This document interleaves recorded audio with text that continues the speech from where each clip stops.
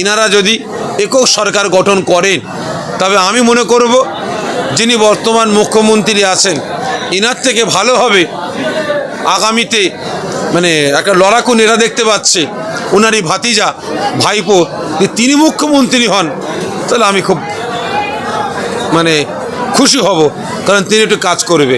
তবে আমি চাইব রহমতুল্লাহ আলাইহের প্রতিষ্ঠিত ঐতিহাসিক 21, 22, 23 ফাল্গুন ইসালে সোহাবের আজকে শেষ দিন। আজকে লক্ষ লক্ষ মানুষ আমার দেশের বিভিন্ন রাজ্য থেকে আমার পশ্চিম বাংলার বিভিন্ন জেলা থেকে বিভিন্ন গ্রাম থেকে আজকে পাগলের মতো ছুটে আসছে তারা এই আখেরি দোয়া শেষ মোনাজাতে সামিল হওয়ার জন্য। ফুরফুরা দরবার শরীফের তরফ থেকে এবং পীর পরিবারের সন্তান হিসাবে মুজাদ্দিদিয়া ইত্তেহাদিয়া ফাউন্ডেশনের তরফ থেকে আমি সাফেরি সিদ্দিকী 21, 22, 23 ফাল্গুন সালে সোহাবে আগত মেহমানদের মুবারকবাদ ও শুভেচ্ছা জানাচ্ছি।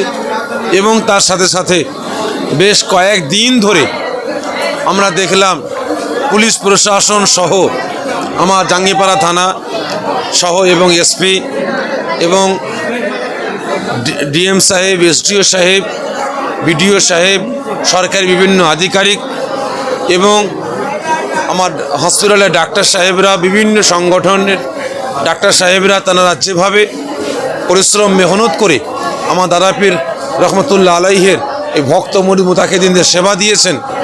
আমি ফুরফুরা দরবার শরীফের তরফ থেকে, আমি মুজাদ্দিদি ইত্তেহাদিয়া ফাউন্ডেশনের তরফ থেকে আমি সেই সকল পুলিশ প্রশাসন সহ সরকারি আধিকারিক সহ এবং ডাক্তারদের সমস্ত ভাইদের আমি মুবারকবাদ ও শুভেচ্ছা জানাচ্ছি। আল্লাহ পাক যতটুকু মেহমানদারি করার তৌফিক দিয়েছিলেন আমরা করেছি। শুধু আমি একা না, দাদা পীরের প্রত্যেকটা আওলাদের দরবার থেকে আপনার ইফতার সহ আপনার বাদ মাগরিব থেকে নিয়ে সেহরি পর্যন্ত প্রত্যেকে দরবার থেকে মেহমানদারির ব্যবস্থা হয়েছে।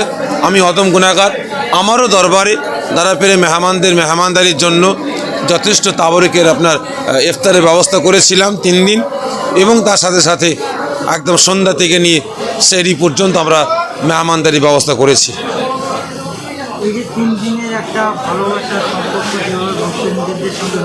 আজকে সবথেকে বড় জিনিস দুঃখ লাগছে, কষ্ট লাগছে এটাই যে বিশেষ করে আজকে লক্ষ লক্ষ মানুষ আমরা একসাথে ইফতার করলাম, একসাথে আমরা সাক্ষাৎ করলাম। বিভিন্ন জেলার বিভিন্ন রাজ্যের মানুষ একে অপরের কাঁধে কাঁধ, হাতে হাত মিলালো, প্রত্যেকের সঙ্গে প্রত্যেকের পরিচিতি ঘটলো। আবার সেই প্রত্যেকটা রাজ্যের মানুষ, প্রত্যেকটা জেলার মানুষ, প্রত্যেকটা গ্রামের মানুষ সব যে যার গ্রামে, যে যার জেলায়, যে যার রাজ্যের ফিরে যাবে।